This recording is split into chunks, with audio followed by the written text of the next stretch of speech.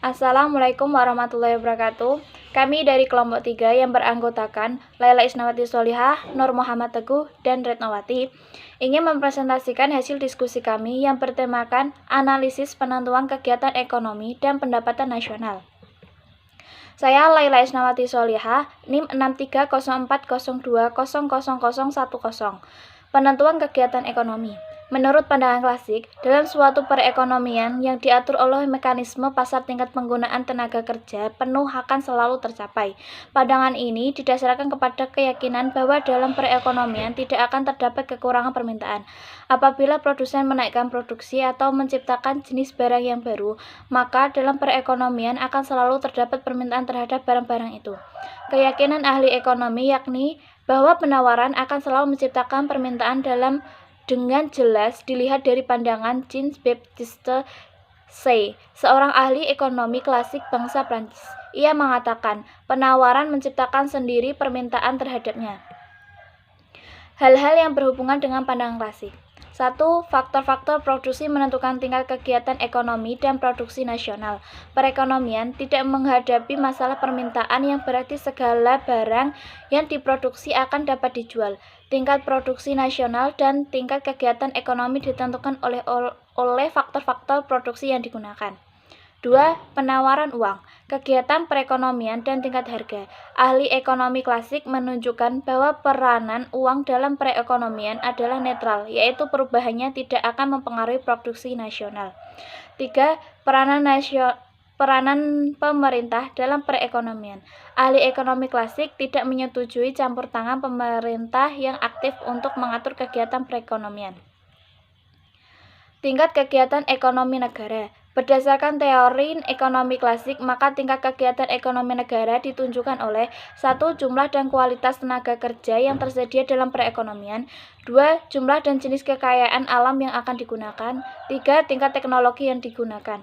Berdasarkan kepada keyakinan bahwa kesempatan kerja penuh akan selalu tercapai, ahli-ahli ekonomi klasik seterusnya berkeyakinan bahwa tingkat pendapatan nasional ditentukan oleh kemampuan faktor-faktor produksi dalam suatu negara menghasilkan barang dan jasa.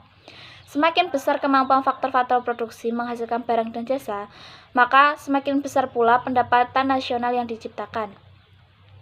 Kelemahan pandangan klasik. Analisis yang dikemukakan oleh ahli-ahli ekonomi klasik tidak dapat memberikan penjelasan mengenai sebab-sebabnya. Pengangguran yang disebabkan oleh kekurangan permintaan organet dapat terjadi. Keyakinan mereka bahwa di dalam perekonomian akan selalu terdapat permintaan yang cukup besar, sehingga akan selalu menjamin terwujudnya tingkat penggunaan tenaga kerja penuh, menyebabkan mereka mengabaikan analisis terhadap permintaan organet yang terwujud dalam perekonomian. Saya Nur Muhammad Teguh, NIM 6304020015. Di sini saya akan melanjutkan presentasi dari teman saya Isna. Menurut pandangan Keynes, faktor penentu kegiatan ekonomi suatu negara adalah permintaan efektif. Permintaan efektif adalah permintaan yang disertai kemampuan untuk membayar barang-barang dan jasa-jasa dalam wujud perekonomian. Keynes membagi permintaan agregat kepada dua jenis pengeluaran, yaitu 1. Pengeluaran konsumsi oleh rumah tangga, dan 2. Penanaman modal oleh pengusaha. Akan tetapi, dalam analisis makroekonomi, pengeluaran pemerintah dan ekspor juga ikut mempengaruhi pengeluaran agregat. Faktor-faktor yang mempengaruhi permintaan agregat: 1. Konsumsi rumah tangga, 2. Investasi atau penanaman modal, 3. Pengeluaran pemerintah, dan 4. Ekspor ke pasar dunia. Suatu perekonomian akan dicapai apabila penawaran agregat sama dengan pendapatan nasionalnya. Perubahan keseimbangan kurva AD dan AS akan berlaku apabila kurva AD dan AS secara individu maupun secara bersama mengalami pergerakan ke kiri atau ke kanan. Menurut pendekatan masa kini, sejak penerbitan buku The General Theory Analysis, makroekonomi semakin berkembang. Terdapat pemikiran-pemikiran baru yang mengkritik dan menyokong pandangan Keynes. Analisis yang berhubungan dengan makroekonomi sesudah Keynes dapat dibedakan pada 4 pemikiran, yaitu 1. Golongan monetaris, 2. Golongan ekspektasi rasional, 3. Golongan segi penawaran, dan 4. Golongan Keynesian baru. Golongan monetaris. Selama tahun 1960-an, dari awal tahun 1970-an, di bawah pimpinan ekonomi terkenal Milton Friedman dari Chicago University, kini hijrah ke Stanford University, telah berkembang suatu aliran pemikiran School of Thought di dalam makroekonomi yang dikenal sebagai aliran monetarisme. Para ekonom dan aliran monetaris ini menyerang pandangan dari aliran Keynesian, terutama menyangkut penentuan pendapatan yang dinilai oleh mereka sebagai tidak benar. Kaum monetaris menghendaki agar analisis tentang penentuan pendapatan memberi penekanan pada pentingnya peranan jumlah yang beredar, money supply, di dalam perekonomian. Golongan ekspektasi rasional atau klasik baru. Teori pertama, teori ini menganggap bahwa semua pelaku kegiatan ekonomi bertindak secara rasional, mengetahui seluk-beluk kegiatan ekonomi dan mempunyai informasi yang lengkap mengenai peristiwa-peristiwa dalam perekonomian. Mereka juga dapat meramalkan keadaan-keadaan yang akan berlaku di masa depan. Selanjutnya, dengan pemikiran yang rasional, mereka dapat menentukan reaksi terbaik terhadap perubahan yang diramalkan akan berlaku. Teori kedua, teori ekspektasi rasional berpendapat bahwa semua jenis pasar beroperasi secara efisien dan dapat dengan cepat membuat penyesuaian ke atas perubahan yang berlaku. Ekonomi segi penawaran. Kebijakan ekonomi sebagai penawaran berusaha mewujudkan keadaan berikut. 1. Para pekerja akan bekerja lebih giat dan efisien. 2. Efisien kegiatan ekonomi dapat ditingkatkan, biaya produksi dikurangi. 3. Mengembangkan peranan pihak swasta dan mendorong lebih banyak persaingan. Golongan Keynesian baru. Segolongan ekonomi ahli ekonomi masih belum dapat menerima pandangan-pandangan yang mengkritik pemikiran Keynesian dan masih tetap yakin akan kesesuaian pandangan Keynes yang utama.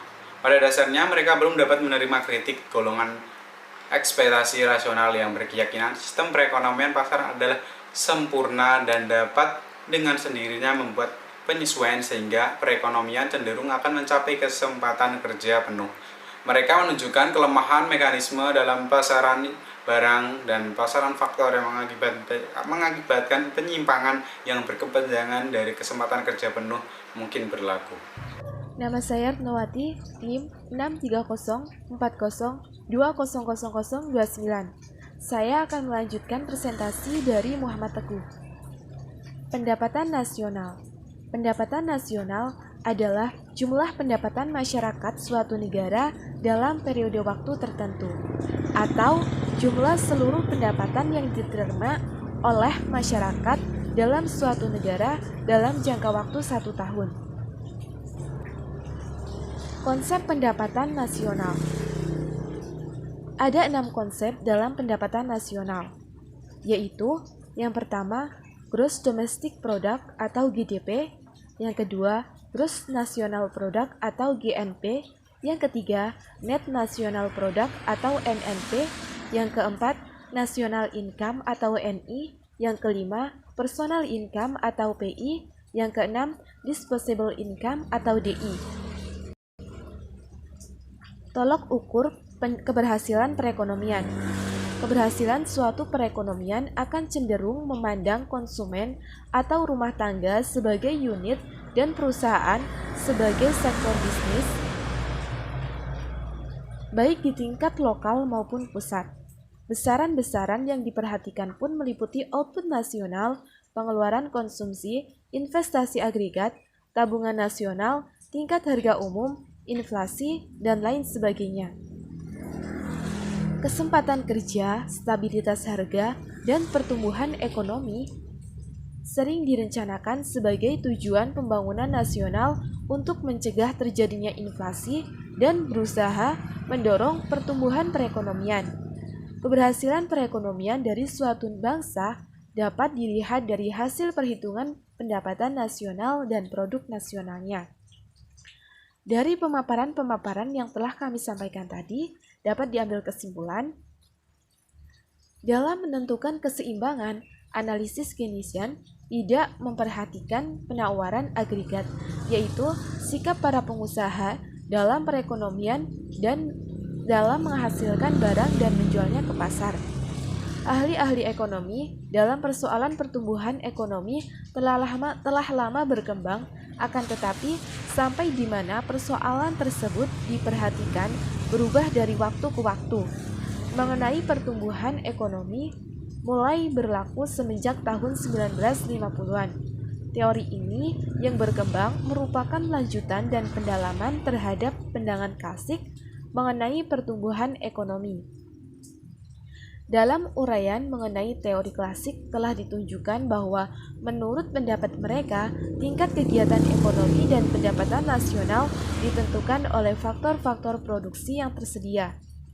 Pendapatan nasional adalah jumlah pendapatan masyarakat suatu negara dalam periode waktu tertentu, atau jumlah seluruh pendapatan yang diterima oleh masyarakat dalam suatu negara dalam 1 tahun.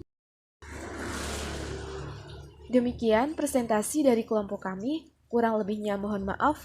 Wassalamualaikum warahmatullahi wabarakatuh.